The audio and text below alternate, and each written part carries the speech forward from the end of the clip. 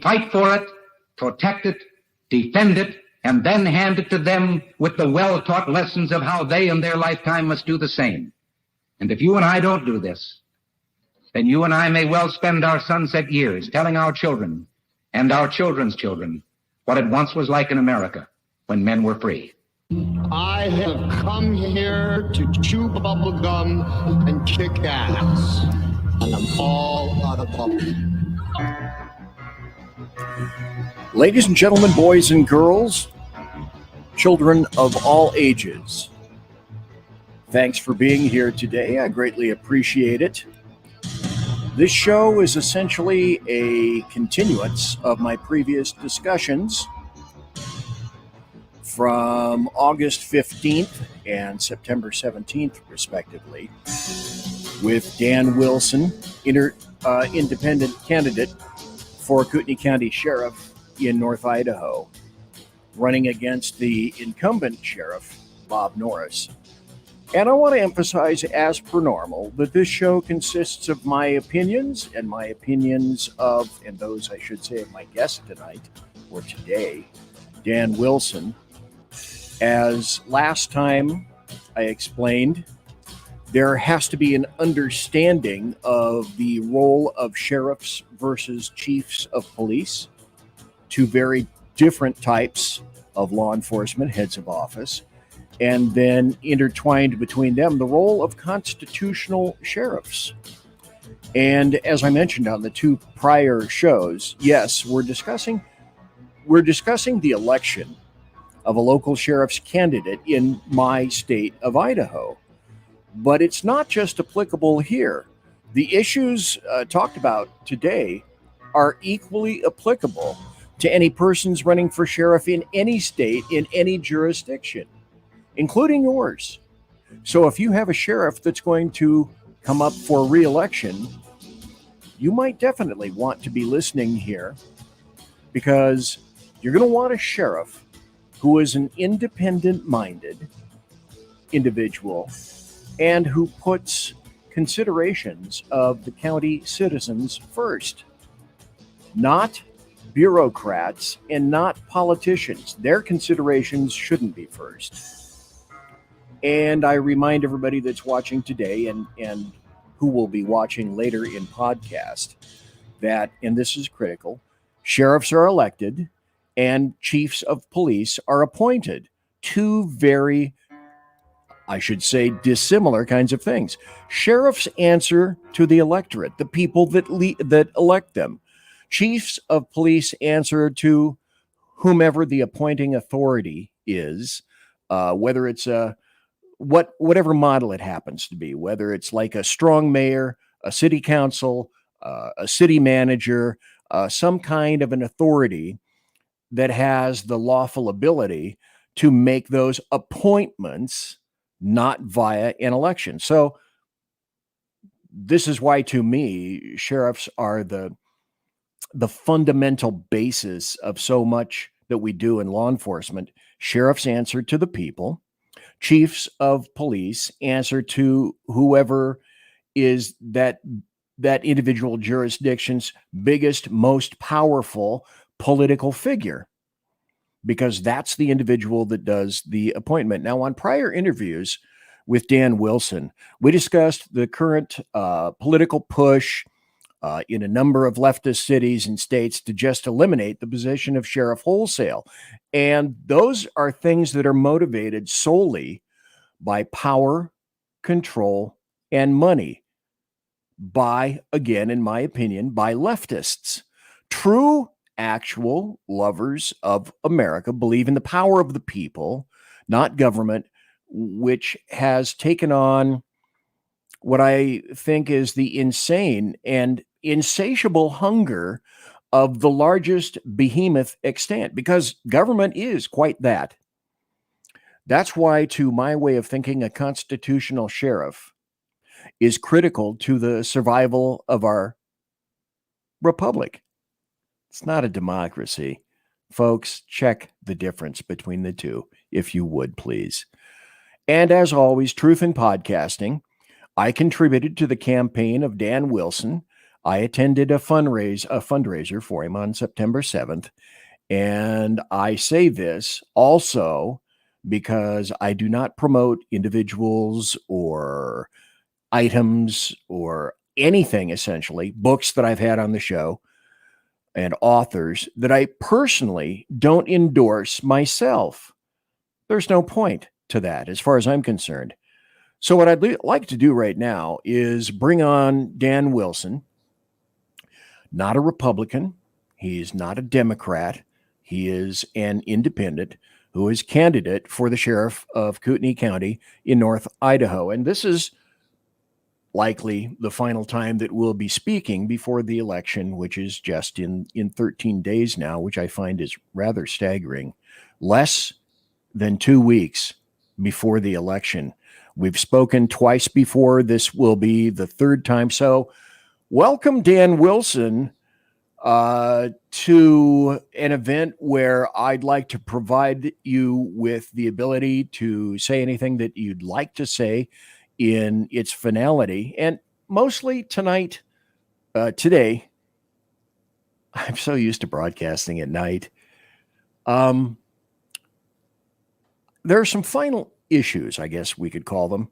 I want to be able to highlight recent events that came to a spotlight, and also to spotlight the importance of persons like yourself, and give you a chance to make any kind of a final statement that you'd like to make about your candidacy. So, Dan Wilson, you say that you're where's my manners, BZ? First, welcome, Dan Wilson. Great to see you here today. Brother, thank you once again for having me on this show. And I'm thoroughly looking forward to the discussion and the cigars and whiskey afterwards. And I have heard rumors to the possibility of that effect later on this week. Mere rumors, speculative at best. We'll handle that, nudge, nudge, wink, wink, Monty Python, in just a bit. So, Dan Wilson, you say that you're a constitutional sheriff. What does that mean, do you think, to the average resident of Kootenai County? Why is that important? I think most people think that if you call yourself a constitutional sheriff, therefore you are. And we know that you can use a lot of buzzwords that sound constitutional, but few, unfortunately, understand really what a constitutional sheriff is. And I would argue that a constitutional sheriff is a man who has a complete understanding of the history of our country, going all the way back to the Mayflower Compact, when the Pilgrims came over, the early colonies, the Americans right after the French Indian War, when they decided that they wanted to be independent, they wanted to be their own country. And then the year-long struggle after the Declaration of Independence, years-long struggle, rather. And finally, at the conclusion of that, when it became apparent that their confederation, the Articles of Confederation that bound all the states kind of together, weren't working, why they decided that they needed to start over, and eventually they formed this constitutional republic that we have. Well, a constitutional sheriff understands what the founders were saying in their own words as to why they were arguing for the types of government we have. And very importantly, they understand about the Bill of Rights and why certain founders refused to sign and ratify in their collective states the Constitution without amending the Bill of Rights. And of course, we have the first 10 that we refer to as our Bill of Rights, those first 10 amendments. So a constitutional sheriff clearly understands not only our history and our struggle for liberty without compromise, but also understands the intent of the founders, the framers of those documents, in order to be that interposition between the people of his county, those that he has sworn to protect and defend against an unaccountable, out of control government, federal and or state. That's truly what a constitutional sheriff is. And I find it interesting that I don't believe I've heard the current sheriff, Bob Norris, termed a constitutional sheriff. Any speculations, do you think, of why that is, and why he is apparently, or has apparently, avoided that phrase, so to speak? Well, he's definitely a deep stater. He came here, and people assume, because if you say MAGA or I'm pro-Republican or whatever, you can dupe a lot of people, especially when you're doing nefarious things behind the scenes. As long as you say, well, I'm not going to take your guns away, I'm not going to make you wear a mask, and I won't enforce any red flag laws, people go, wow, that's a great sheriff, and therefore this is who I'm going to stand behind.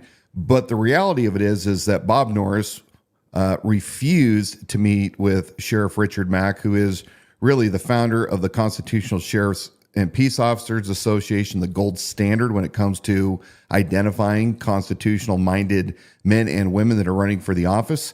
And in fact, he failed to even show up at any of Sheriff Mack's local meetings right here that he held in Kootenai County for training for law enforcement. It was open to the public, to elected officials, as well as all law enforcement.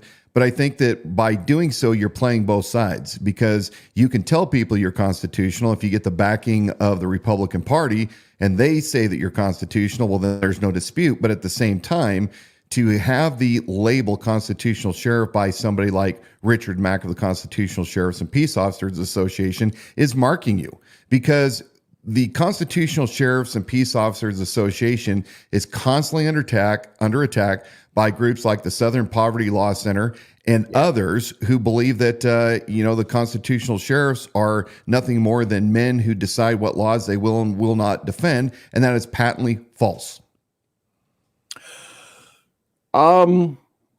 So I don't know, by listening to that, would it be possible to suggest that he didn't want to be stained by something as terrible as the U.S. Constitution? So kind of a, if you will, sort of a holding at arm's length kind of thing, right? Because there are repercussions if you place yourself in that kind of a similar category. Yes, 100%. And to come out and put yourself on the line to say, I do believe in the responsibility and the sovereignty of the sheriff. It doesn't work well when you have a lot of your Homeland Security buddies that you are intimately involved with. They don't like that. The feds don't like the term constitutional sheriff. In fact, they continually malign that name or that title to be, anti-American, terrorist, whatever you want to, throw it for whatever describer.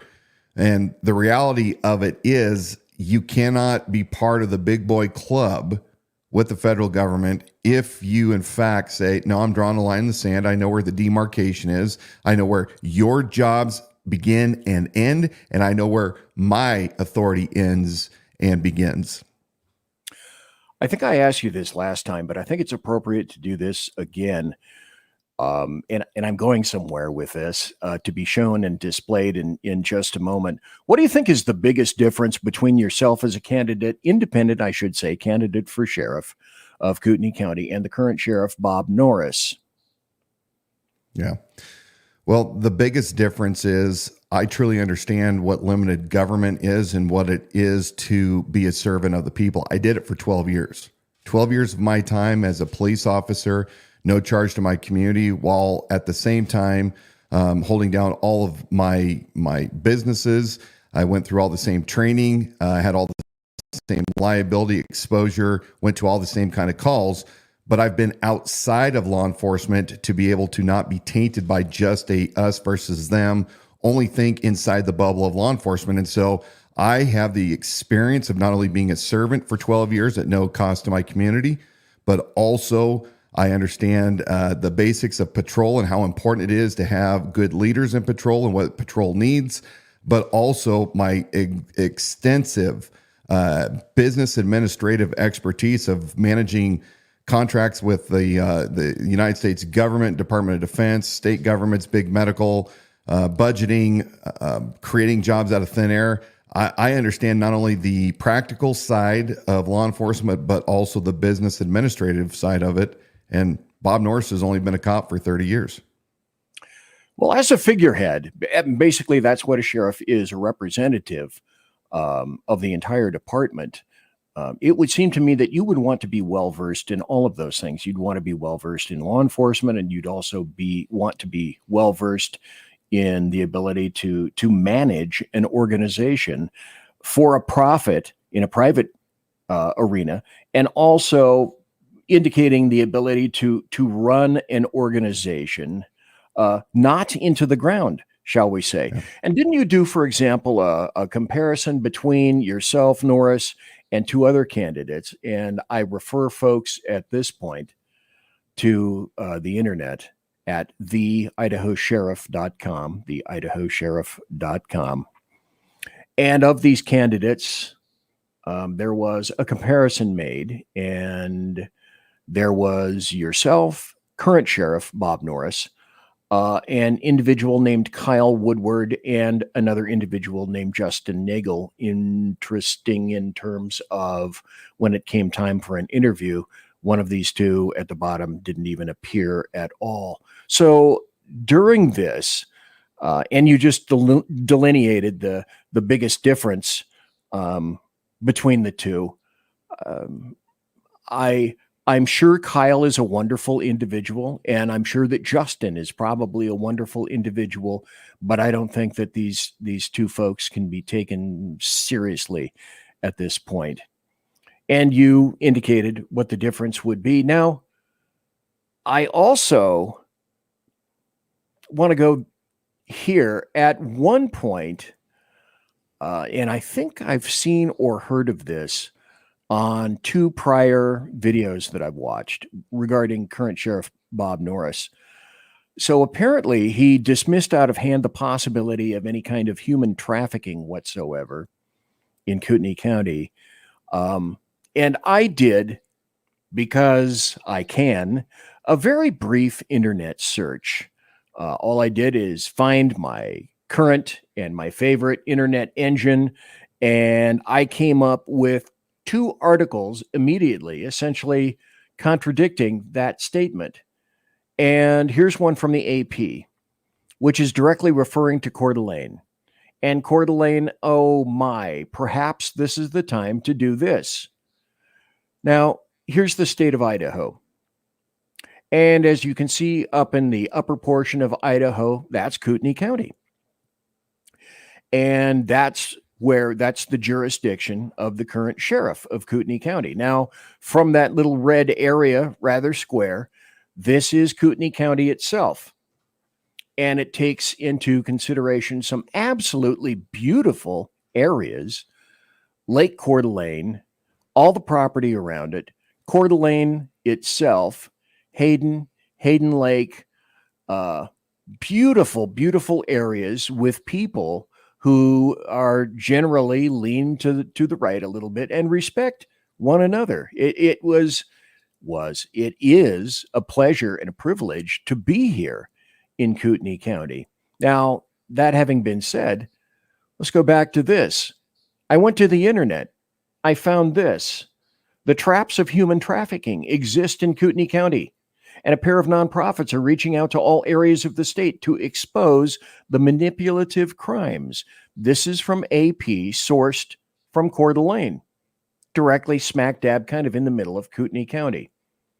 Then there was another article that I discovered immediately. I mean, if I can do it, then anyone else can do it as well. This is from KTVB.com. In the dark corners of communities around Idaho and in plain sight, people are forced into modern slavery. Well, if I can find these, allegedly other persons should be able to do that as well. So then I also noticed that let's talk truth here just for a second. We know that trafficking exists. Kootenai County sits basically on a major east-west corridor, the I-90 corridor, which goes all the way west to the state of Washington and then continues on for some distance through Montana, et cetera, going east. And also there's the north-south corridor, I-95, again, running right split through the middle of Kootenai County. So I find it intriguing that in terms of law enforcement, that's similar to saying, because been there, done that, got the medal, so to speak. That's like saying in law enforcement, we knew gangs existed in the 1980s, But administrations, I watched this in California, didn't take them seriously as we watched their influx. Now, I've seen that show. I was a personal witness and directly involved in all of that as an individual in patrol and an individual in detectives. Those became the times of the greatest gun violence in this nation, certainly in the state of California, and crime in the U.S. in the 80s and 90s. So, though you may not want that for the citizens and the people of Kootenai County, to dismiss it out of hand and say that we don't have that here is an indicator that perhaps you need to be taking that a little bit more seriously. And I'd like to make a direct reference to this then. Dan Wilson, independent candidate for sheriff of Kootenai County. Didn't you have a gentleman on your own podcast, a man by the name of Nate Allen, from an organization called The Innocent, about essentially that very same topic? And if so, what did that gentleman have to say or regale to you? Yeah, so that's Nate Lewis of The Innocent, and here's what our conversation. I'm sorry, Nate. I apologize. Yeah, Nate Lewis. Nate, great dude. Happens to reside right here in Kootenai County, from Kootenai County, but his operation works countrywide. So he's not just focused right here in Kootenai County. But here's what I can tell you in our conversation, which is available on our YouTube page, The Idaho Sheriff.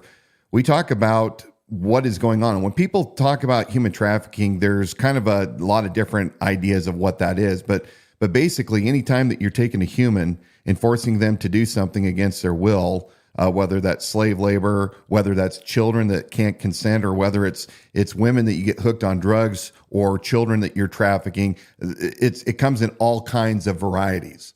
So it's extremely irresponsible for a existing sheriff to say we find no evidence of it taking place here in Kootenai County. Now, Nate, his organization, The Innocent, provides resources to local law enforcement all across the country to help them find and seek out these predators, these traffickers that are participating in specifically the selling of children. And what that looks like is for example, they can set up their program right here in Kootenai County, and he tells me that recently they put up a decoy ad for a 12-year-old girl, and within 48 hours they had over 60 hits of individual men that were willing to travel to Kootenai County to buy a 12-year-old from a parent. So people have to understand that we're not finding the human trafficking because we're not actively going out and searching for it. If we're waiting for, at a patrol level for us to get a call, and then in the course of our investigation, we determine that there's a human trafficking ring, that's not how it works most of the time.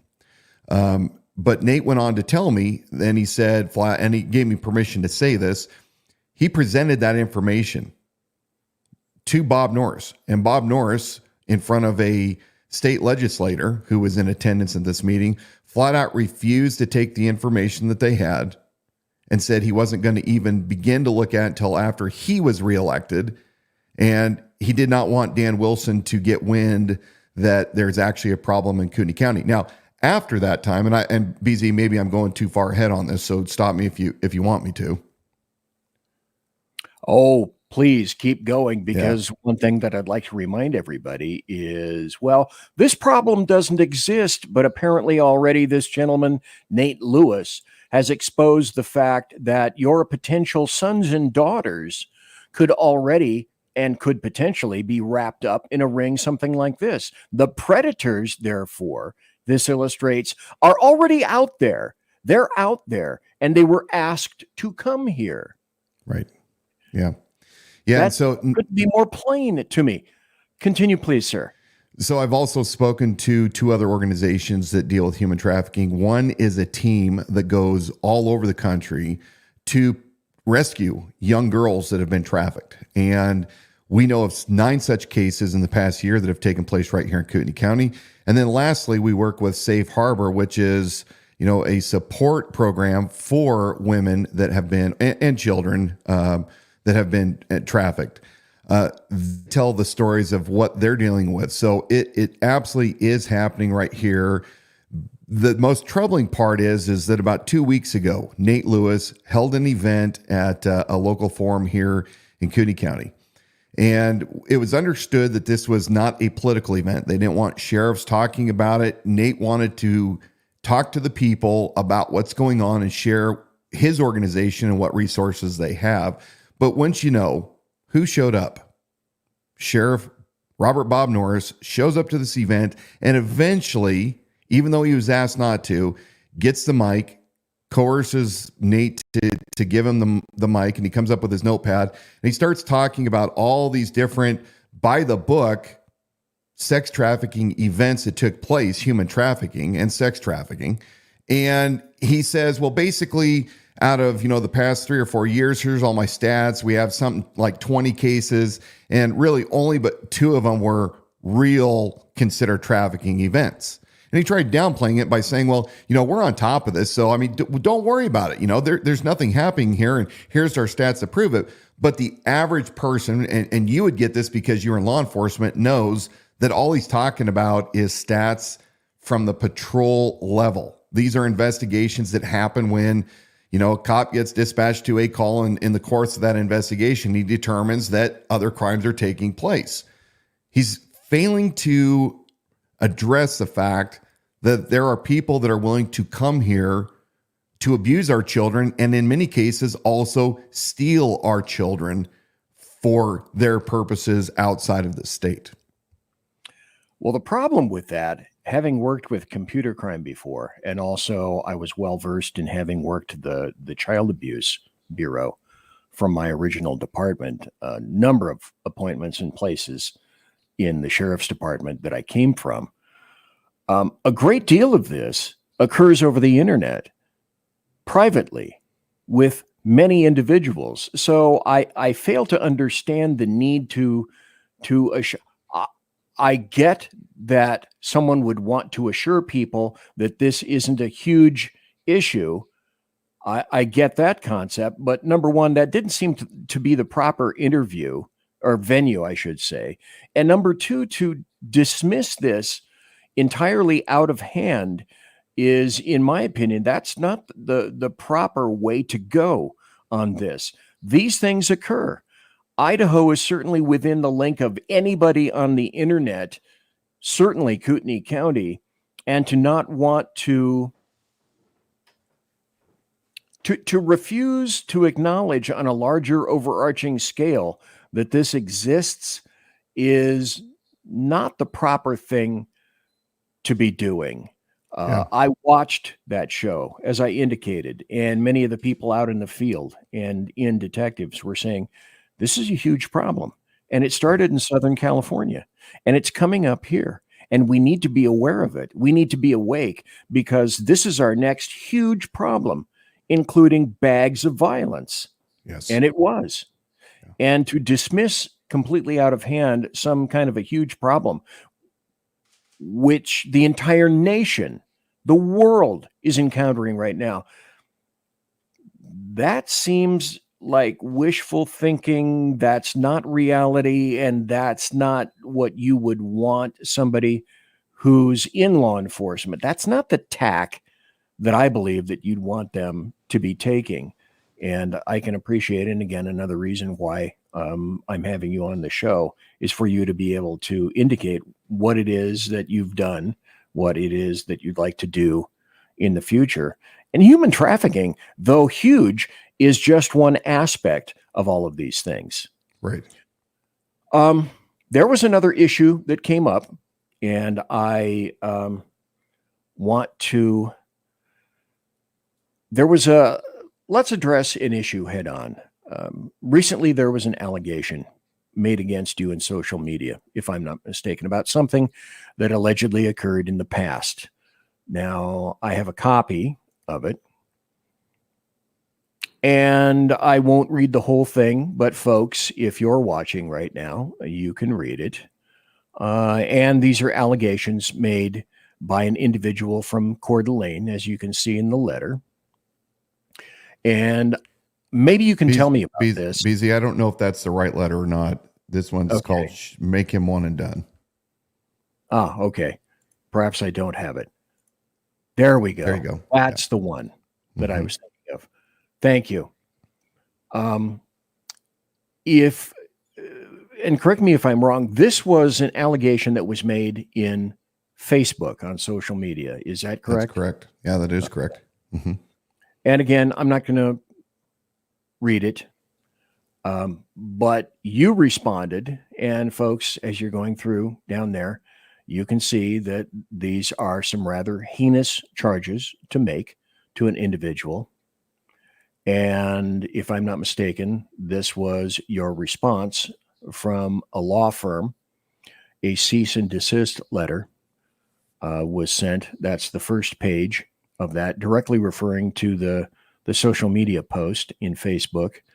And the second part of that letter. So can you have it? Let me preface this by saying that having worked in child abuse and getting numerous cases of child abuse, you have to consider the situation and the timing of whatever allegations are made, from divorce to motivations of dislike, all sorts of ways and means of attempting to use law enforcement or the penal code as a cudgel against an individual. And again, seen that, went to the show, experienced it directly many times. So in response to that, what would you like to say in order to address those allegations, Dan Wilson? Yeah, 100% they're false. Now, I have already cut a podcast with my wife back when that allegation came out to set the record straight, and it can be found on theidahosheriff.com under our podcast, The Idaho Sheriff. And I believe it's episode 1, putting something rather lies, putting the truth to social media lies. But here's where it really breaks down. This individual was a former stepdaughter of mine. I have not had any contact with this individual since, I want to say about 2008, 2009, somewhere in there. So quite a few years. Her mother and I were married. I was 23. Her mother was 29. And she was about 7, 8 years old when she came to live in our house. And over the years, obviously, those relationships get strained when you blend families. But specifically, what happened in this case, it was false, is I lived on historic family land, and I lived in an area that was rural. And we had a piece of property that other properties had to access. And it used to be all in the family, but as the family members passed away, the places were sold. And so the neighbor directly to the north that bought my grandparents' old homestead, they bought it but didn't get all their paperwork done and ended up needing a piece of my land that they wanted for their easement to get their title to close. And they came in and wanted to take the land without any compensation, and I politely denied that. But what started then was, in essence, a neighbor war for many years. And this couple that bought this place, it was, a man and a wife, no children. They developed a relationship with my stepdaughter and started grooming her. And so in an attempt to get back to me, and we have the emails to prove this, in essence, she started putting ideas into my stepdaughter's head, coaxed her on what to say. And eventually, while she was talking about the types, this being the neighbor lady, what types of things should happen to me from an assaultive nature and how I should be killed and poisoned, and telling the stepdaughter how to bypass our rules and be deceitful, she then turned me into CPS. And so the stepdaughter, before CPS came to visit, said, "Hey, I have a confession to make. This is going on," and provided us all of the emails, which I still have to this day, the electronic format. CPS did come. They took our statements, and there was about a 4 or 5 month investigation process This was about 2006 into early 2007. And as a result of that investigation, they found that the allegations were unfounded. And so that whole event was extremely unsettling and upsetting, as you can well imagine. I did produce those emails to the CPS investigators, but they didn't care because they said that, we can't not investigate any kind of an allegation. However, the stepdaughter then was emancipated and wanted on her own to go and live with her paternal grandmother in North Idaho. We paid the attorney, who's now a judge in Kootenai County, to handle that. And that was the last that I personally saw of this kid. But realized that several years later, when I became a Spokane police officer in the hiring process, I went through an extensive background check. I went through polygraphs. I went through psych evals, extensive background checks. And then I did the same thing several years later when I went to the Liberty Lake Police Department. Eventually in 2017, my ex-wife and I began a divorce. The state of Washington and the guardian ad litem in that case recommended, and the courts sustained, that I have majority custody of our minor children, which I still have to this day. So my answer to all of this is that it's 100% false. It is a smear campaign. This child, she's not a child now, she's a woman in her 30s, obviously has an alliance to her mother, my ex-wife, and my ex-wife and her both have an axe to grind with me. So that is why they decided to use this information, include with several other anti-Dan Wilson campaign folks. And it's really unfortunate when you enter into politics, you have to endure some of this. But yes, that cease and desist letter is absolutely what was sent.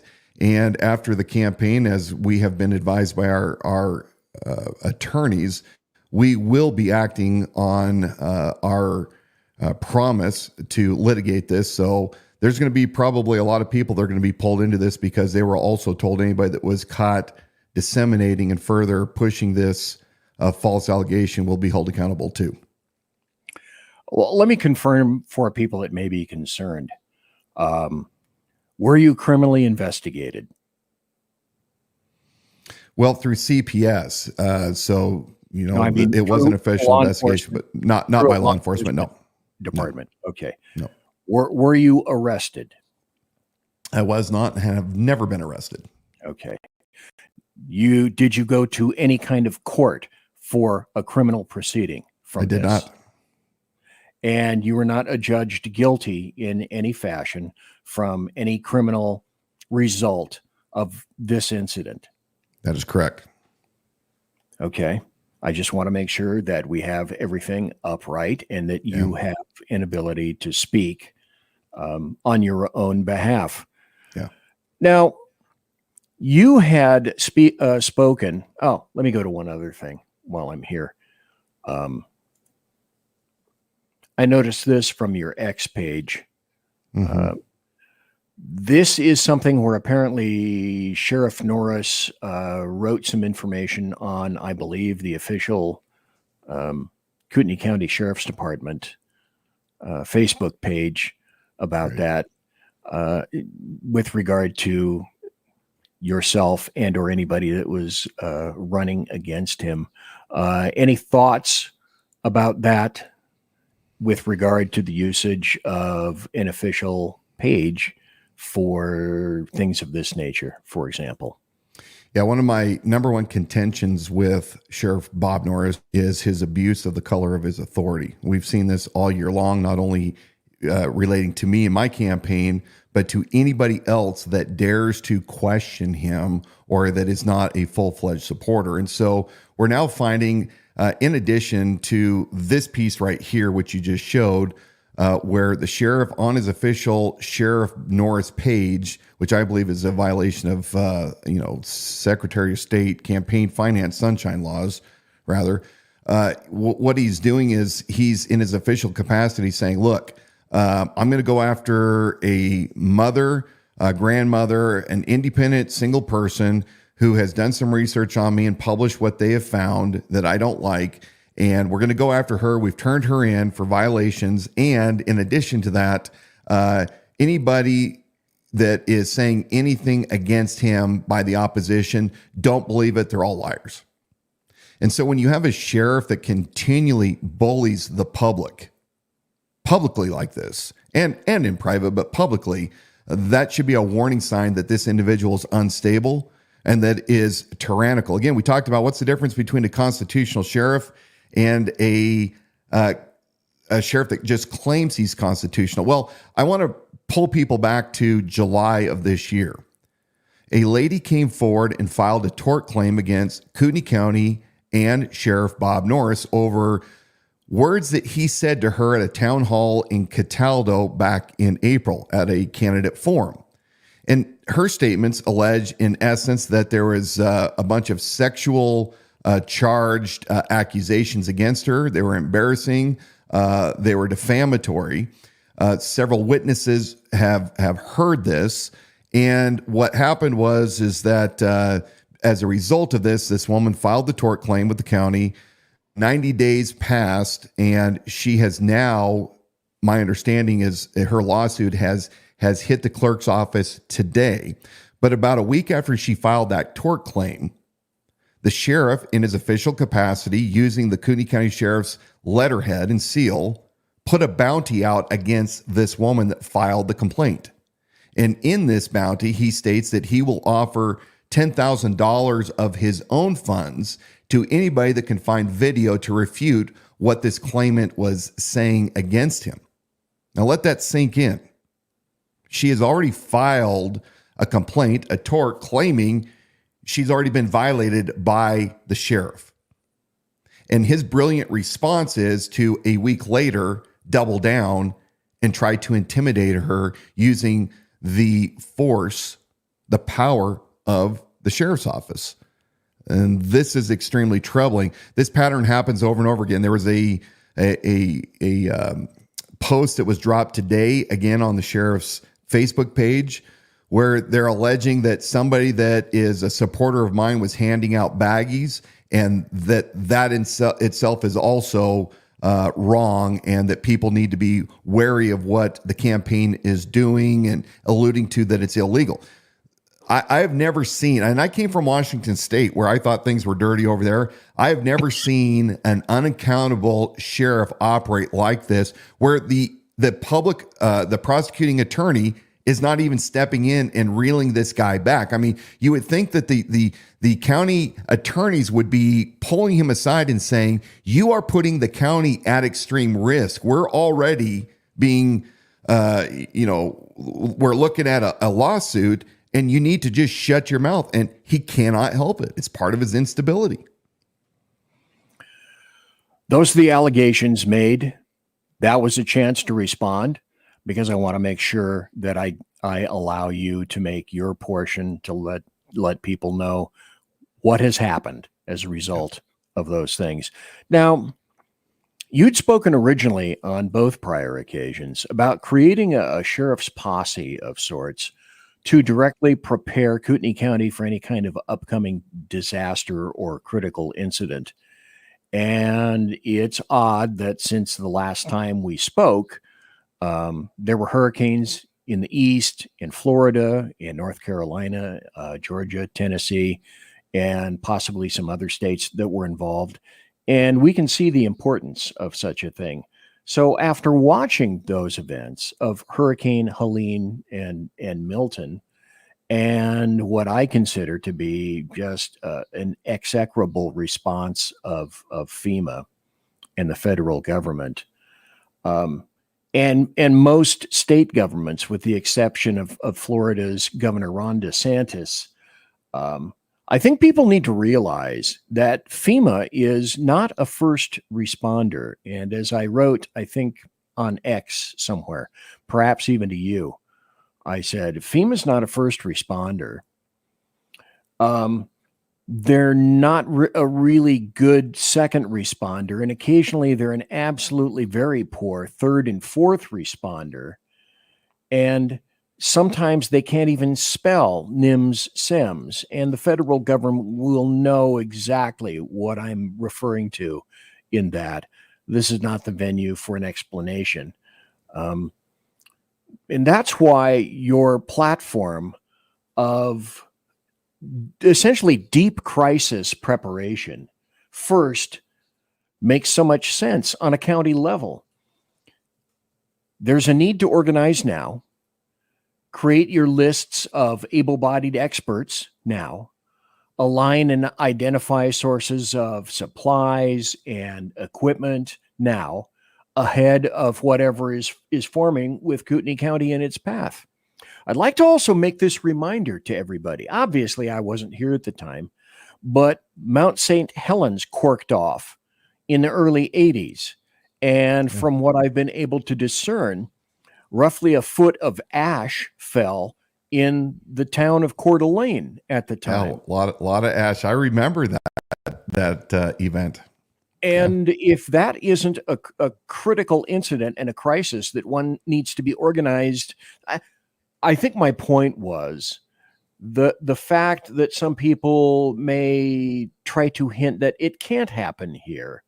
Well, it can happen here, and it has happened here, and it will happen now in the future. So I think my question to you was why only now is a sheriff's candidate proposing programs that should have been in place during Bob Norris's his 4 years, and quite frankly, should have been in place by the sheriff before him and before that one and before and so on. And so if you would, Dan Wilson, independent candidate for sheriff of Kootenai County, address that. This is something that I would think that especially in fairly rural areas, because Kootenai County does have some significant rural areas. It's not just the town of Coeur d'Alene. Why wouldn't somebody want to address this? And or since you brought it up as a campaign issue, why are other individuals now just starting to bring this up? Yeah. This is a number one, an excellent idea whose time is past making sure that it has been installed. So why now? In other words, if you weren't here, Sheriff Bob Norris would be doing what? Would he himself be preparing Kootenai County? Anyway, Dan Wilson, weigh in on that if you would, please. No, the fact of the matter is that he's had no plans until I came, late last year and started piping out what my policies are, which is to be prepared for anything. And we know that the federal government is not coming to save us. The state government isn't coming to save us. It is up to us to save us. Now, going back to as to why there isn't a plan, I think it's because too many of our sheriffs have erroneously believed that the Emergency Management Act is going to be their end-all, save-all. They have believed for far too long, like all government, that we can always fall back. The federal government with the big guns will come in and save the day. And you know what? A decade ago, that might have been true. But we've had hints similar to COVID, which was an end run around the Bill of Rights. We've had all of the tales of what's going on. And it didn't take, it doesn't take a very, very educated man to look at what's coming down the road to say, okay, we saw what happened in Hawaii, where the locals were taking care of the aftermath of the fire, and they were doing so well until the federal government came in and shut it down, and then it became chaotic, and people lost a lot of valuable commodities that they were using in their recovery efforts, and it wasn't a priority. The federal government, the FEMA guys, aren't concerned about their community the same way as you are. We have seen over and over again the inability of the federal government to come in and provide the resources that we need in a timely fashion. So look, as a business guy for 25 years, part of what I've had to do is come up with contingency planning. And I know the sheriff is supposed to be part of the Emergency Management Act. That's mandated by not only federal law, but also state. But he thinks that, that small group of people is going to be the end all. And here's the reality. In any kind of an event, and most likely what we're going to experience up here in the Pacific Northwest, and I'm just talking about right now man-made disasters, not even talking about, I'm talking about natural disasters, not man-made disasters. We're susceptible to earthquakes. I don't care what anybody says. I have lived in this region my entire life. We have had earthquakes in Spokane, in the greater Spokane area. So that is definitely on the radar. Second of all, fires. You look at the fires that even ravaged this entire valley back in 1910. We are experiencing horrendous fires year after year after year, to where the majority of the time now, from July on to middle of September, it's all smoke. But if you don't have people in your midst that, number one, believe that they're part of the solution and that they have a duty to help respond, you get people that are caught unaware, and that breeds panic. So my belief is by having a citizens posse of vetted individuals that come from all walks of life, engineers, equipment operators, carpenters, electricians, plumbers, folks that know how to put up radio towers and get communications going. Whatever you are, you have a purpose here, that in the event where our infrastructure is badly damaged, we know who to immediately go to come up with our triage solutions. And then we start after triage looking at what are long-term solutions. But ultimately, you have to protect life. You have to maintain the rule of law, and you have to protect property. One of the things that they're facing in North Carolina has been looters coming in and stealing people's possessions after those people have fled. And so by having a citizens posse, not only are we prepared for any kind of event, and again, a man-made is definitely a possibility today. We could have grid attacks. We could have EMPs. We can have all sorts of disasters, or these polystability guys, these 20-year-old military-age males from Africa and the Middle East and China that are here amongst us. Look, we have to be ready for anything. We have to be prepared for the worst. And I believe that the sheriff is the most uniquely qualified individual to unite everybody under a common cause of the rule of law and protection of the county. And it's not just our county, by the way. Imagine in this region, if we get hit, we may not be saving ourselves. We may be having to go to our neighbors to assist them, and vice versa. And so my idea with the Citizens Posse is, not only will it be robust and inclusive of everybody, regardless of what your political ideation is, but we want to have other counties around us adopt the same program so that we can be an extremely resilient community all over North Idaho. Which, to my way of thinking, is forearmed is forewarned. We know historically that many of these things have already come through. They already exist. Now, we're sitting not that terribly far from Yellowstone, for example. If that bad boy corks off, I think you can probably say adieu to the rest of the United States. That's not the specific issue. There are local issues that affect us directly, and that we can't have some kind of a wildfire or a natural event, or, as you indicate, a man-made event. We, the citizens, and we have to look out, in my opinion, we have to look out for our families first, our communities first, our counties first. Once we are solidified and unified, we can go out and assist other people. But once we have our own acts together, this needs to be job one.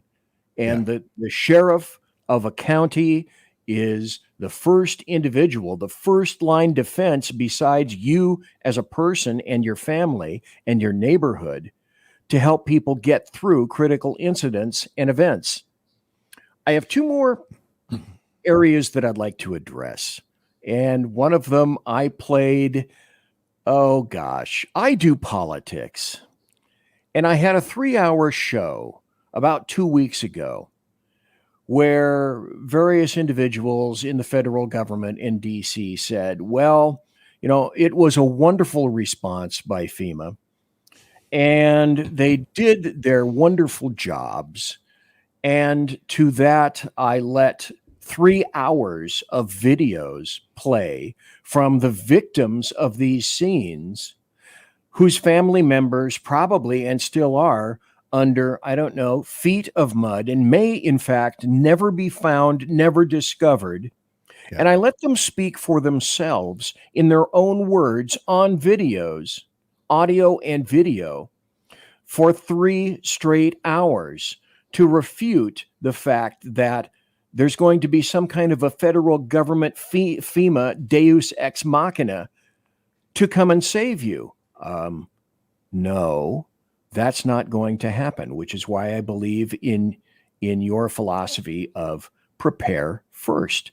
That should be a priority in any sheriff's department. But part of that was an attitude of a sheriff. And I played this on the show. And then I also noticed that you picked it up as well. And this is Sarah Carter. Now, this is one of the few actual journalists left in the United States.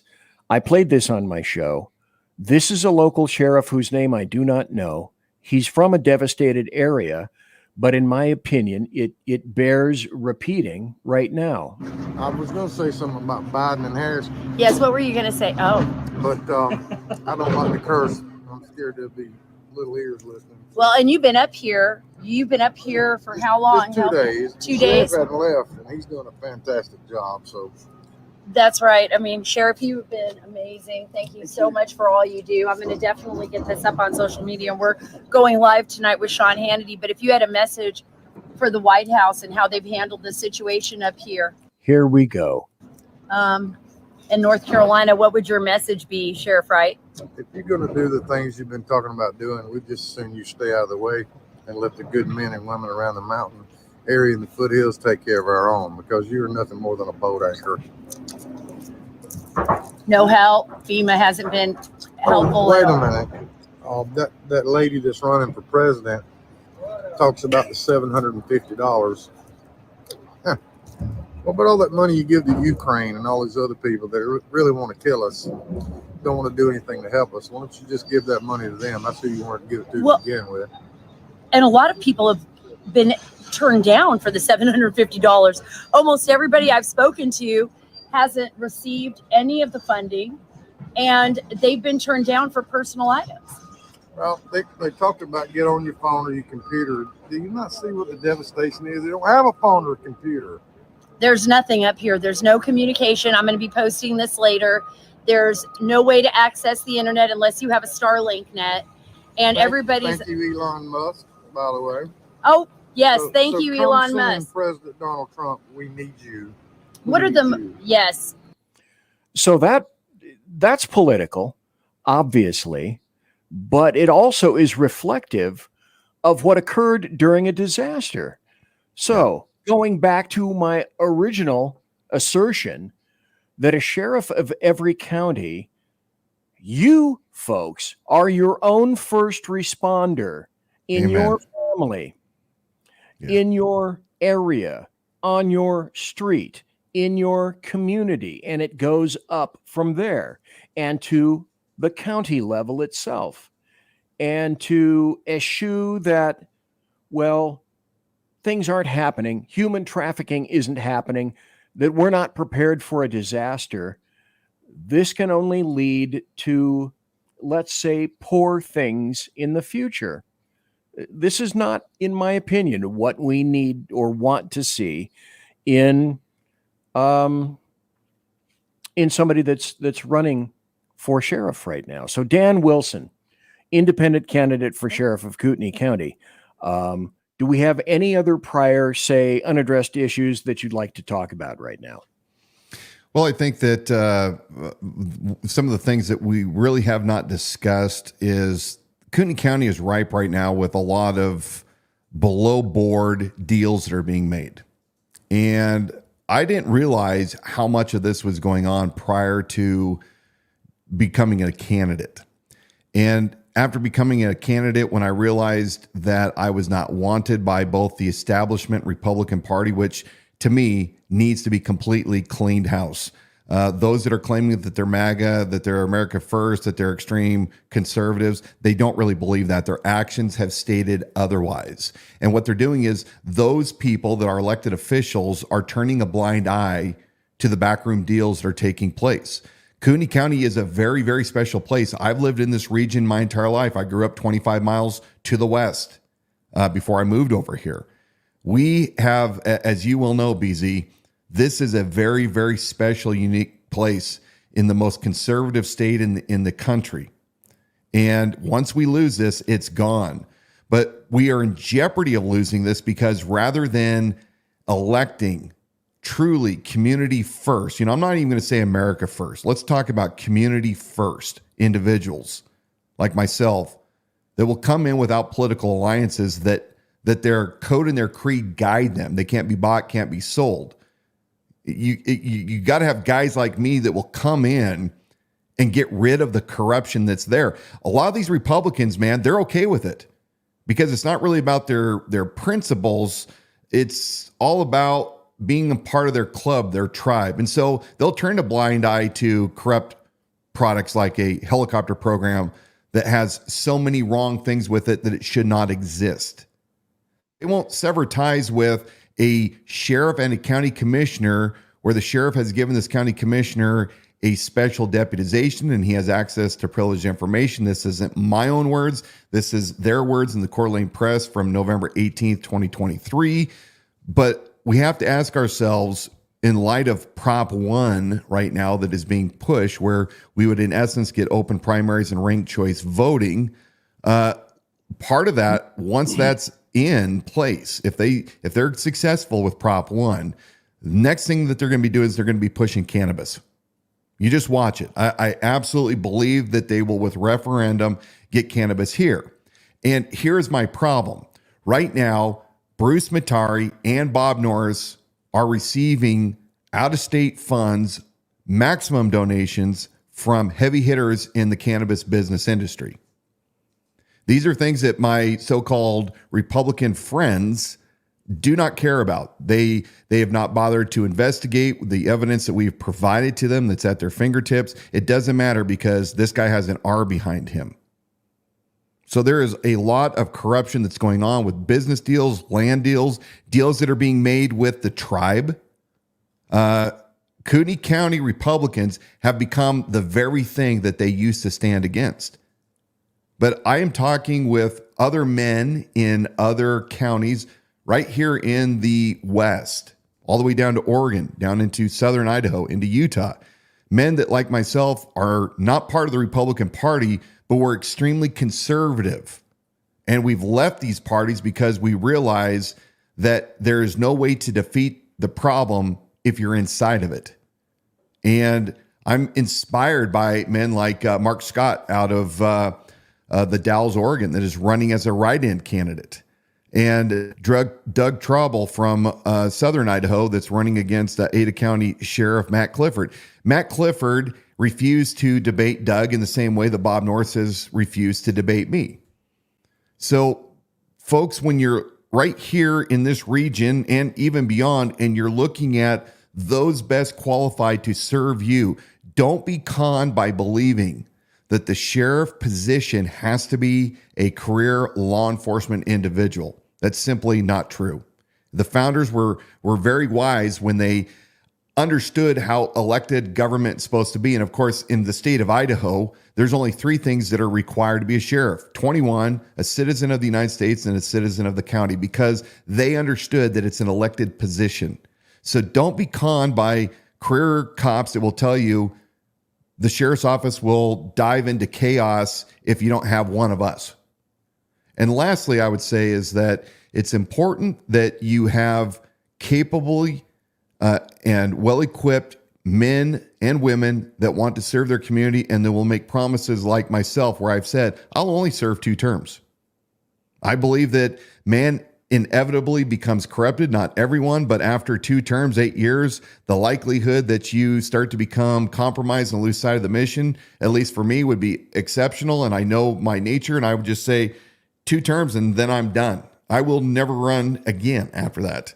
And then also, where I've said I'm going to cap my salary at $99,000 a year and return the almost $50,000 back to the programs that I'm passionate about, which is my volunteer service division. So I understand as a sheriff what's coming down the road. I'm not sheriff yet, but as a sheriff, you want me because I understand the dangers that are on the horizon and that has been planning for it and that has the ability to lead with the extreme ownership that is so desperately missing right now in northern Idaho. So, BZ, as always, I appreciate you not only coming and let me be part of your program, but to also talk about difficult subjects that many don't want to talk about. And of course, because of your background, I respect you immensely. And it means a lot that a man of your background and credentials believes enough in an independent like me to have me on not once, but 3 times. So thank you very much.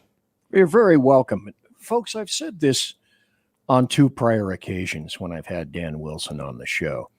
But here's, in my opinion, why Dan Wilson running as a constitutional sheriff has importance and meaning. and that's why this show is important in your counties, in your states, in your areas as well. Not just locally, but nationally. So think, look, examine, and research those individuals that are running on your ballot this November in 13 days from now for sheriff, for example. Do your own investigations, because these people will very likely have a large and direct impact and immediate impact on your future freedoms and liberties. And you want to keep your freedoms and your liberties. So, Dan, in finality, please tell people where they can donate to your campaign and maybe help out, or maybe even discover some information, some additional information about you. Great. Thank you very much. The best starting page is theidahosheriff.com, theidahosheriff.com. From there, you can jump all around to find our social media links on X, YouTube, Facebook, Instagram. All those are the Idaho Sheriff. You can give securely on theidahosheriff.com. You can see my bio. You can see over 30 hours of weekly town halls that I've hosted live this entire campaign session, where people want to know about me and where I stand. I've run the most substantive, transparent campaign in Kootenai County history. All you have to do, if you really are interested, go to our webpage, type in the search engine, whatever you want to look up, and numerous articles, evidence of the things that I have said that the sheriff and his cronies are up to. We've linked it all up there. So we appreciate everybody's looking at us, and support. The support from the community has been overwhelming. We're going to win this race. We're going to be the very first independent sheriff to win this county. We're hearing it every single day. The people that have been affected, that aren't part of the good old boy, the Republican Country Club right here. And lastly, the people are saying, we want hope, we want leadership. And I'm here to offer hope for everybody, no matter what your political ideation is. Remember, we did not descend from fearful men. We descended from men who understood the times, they acted accordingly, and they pledged their lives and their fortunes and their sacred honor. That has been upheld generation after generation, and we're facing very serious circumstances right here now, and will be in the not too distant future. So don't lose hope. Stay strong and of good courage. Unite with your community, love one another, and may God bless all of Kootenai County. May God bless you, BZ, and God bless the USA. Well, thank you very much. Dan, thank you so kindly for your time today, and thank Donna as well. And I would she say says this. hello. Oh, okay, thank you. And I'll see you a little bit later this week, perhaps. Again, rumors, allegations of that nature. Thanks to Dan Wilson. Appreciate it. Can you imagine, folks, the precedent that would be set if an independent running for sheriff were to win? I think that would make a rather large statement to other persons running on all sorts of tickets and all sorts of ballots. So, ladies and gentlemen, boys and girls, children of all ages, thank you kindly for watching and listening today. The issues facing us are vast and they are wide, but forearmed with knowledge is absolutely the best means of helping to secure our future here in this county with that individual, and also in your county, in your state, in your area, in your neighborhood. The first responder in any emergent situation is you and your family and your street and your neighborhood and your community and the sheriff's department that supports you. A final word. 13 days to the election. Vote in the coming election with insight and with knowledge. But absolutely, positively, get out to vote. Everyone, God bless, take care, and be safe.